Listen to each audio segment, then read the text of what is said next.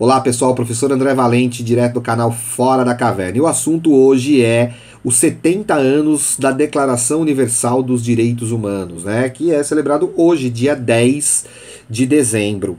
Né? Bom, essa história de direitos humanos, ela não é uma história nova, ela não é uma história criada por um partido ou por um grupo político, né, da atualidade aí, nada disso do que algumas pessoas às vezes costumam falar, né, e nem é uma coisa do Brasil, né, é uma coisa universal, uma coisa mundial que foi pensada aí pela Organização das Nações Unidas lá em 1948, logo após a Segunda Guerra Mundial. Só que a ideia de direitos humanos, ela não é tão atual assim, ela vem lá de 1789, logo após a Revolução Francesa, quando se pensa a ideia de que todos nós somos indivíduos, né? Se somos indivíduos, a palavra indivíduo carrega a ideia aí do indivíduo, daquilo que não é divisível, daquilo que não pode ser dividido, ou seja, cada um de nós somos seres únicos e como seres únicos precisamos ter essa individualidade respeitada.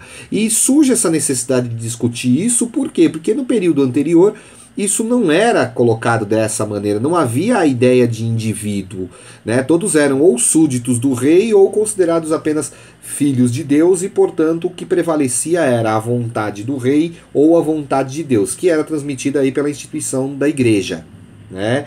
E na Revolução Francesa é justamente contra essas formas de autoritarismo que os revolucionários vão pensar nessa noção de humanidade, né?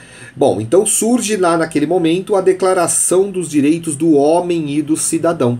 E é o primeiro momento que se discute isso, o direito à liberdade individual, a liberdade de pensamento, o direito à propriedade privada, o direito à participação da vida política em sociedade, o direito, enfim, né, esses direitos que foram depois modificados em 1948, aí teve alguns acréscimos aí, a começar pela mudança do nome do documento, né, que era a Declaração dos Direitos do Homem e do Cidadão, que acabava limitando um pouco aí, primeiro que a ideia de homem, né, depois do movimento feminista, depois de toda essa discussão, vai se decidir que é melhor colocar a ideia de ser humano, porque aí abrange também as mulheres, né? E a ideia de cidadão também, né? Por que foi mudada e tirada a ideia de cidadão? Porque cidadão é um conceito que envolve aí direitos políticos, envolve participação política, é um conceito que é limitado. Então a ideia era criar um documento que servisse, que garantisse os direitos de todo e qualquer ser humano. Portanto, se você é ser humano, se você se enquadra nessa categoria, esses direitos são para você, né? Bom, surge então em 1948, após a Segunda Guerra Mundial, esse documento, Declaração Universal dos Direitos Humanos. E do que fala a Declaração Universal dos Direitos Humanos? Ela defende aí em 30 artigos, né, a liberdade, a justiça e a paz para todos os seres humanos, as condições de igualdade, de direito e de dignidade. Então, quando a gente fala de igualdade aí, não está se falando da igualdade plena, absoluta, até porque essa igualdade não existe, nós somos diferentes. Mas um dos princípios aí do direito, inclusive, é de tratar como iguais os iguais e como diferentes os diferentes. É o princípio da isonomia, do tratamento igual, que é essa ideia da igualdade de direitos que está na Declaração Universal dos Direitos Humanos. Então, em 30 artigos aí, ela vai tratar do direito à vida, o direito à liberdade, o direito à segurança, o direito a um trabalho com condições dignas, o direito à preservação da privacidade, o direito ao julgamento justo diante de um crime. Então, muito ao contrário do que algumas pessoas dizem, né, os direitos humanos não estão aí para defender bandidos, nada disso. A grande questão é os direitos humanos foram criados já na Revolução Francesa e foram reelaborados após a Segunda Guerra Mundial para garantir a liberdade do ser humano, independente da visão política do ser humano, independente da sexualidade do ser humano, independente do gênero, independente da cor, da etnia, da cultura, da religião ou da não religião, independente de qualquer outra coisa. Então, o que garante esses direitos a todos nós? O fato de sermos humanos. Então, outra falácia e outra bobagem que se fala muito aí é direitos humanos para humanos direitos. Isso é uma grande bobagem. Os direitos humanos são para todos os seres humanos. Mas se a pessoa não cumpre os seus deveres, ela tem os seus direitos? Ela não precisa cumprir deveres para ter os seus direitos? Não. A declaração é dos direitos humanos. Se ela nasceu e é ser humano, ela já tem esses direitos garantidos desde o momento em que ela nasceu, mesmo que ela não saiba disso. Então esses direitos estão garantidos por essa declaração. Essa declaração ela não tem força de lei, né?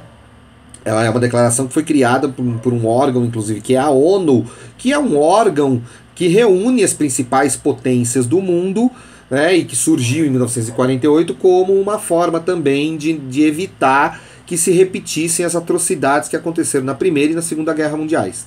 Então, a ideia era um grande acordo no mundo para que aquilo não acontecesse mais.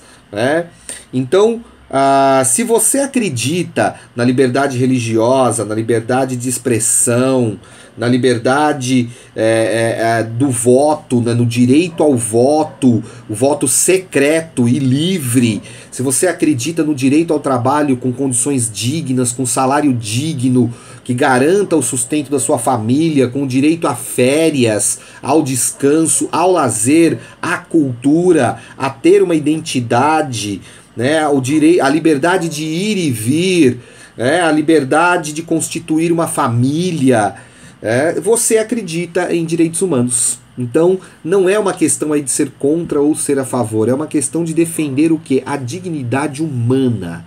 Então nós precisamos defender os direitos humanos. Como eu disse, não tem força de lei, mas tem força de estabelecer aí parâmetros para as sociedades no mundo inteiro. Então, se um país ou uma instituição de um país transgride os direitos humanos, o que pode acontecer aí? Ele pode sofrer sanções, que são sanções políticas, econômicas, como, por exemplo, o embargo que os Estados Unidos impôs a Cuba, e acabou envolvendo outros países do mundo também, porque os Estados Unidos naquele momento entendeu que Cuba estaria infringindo aí então esses acordos,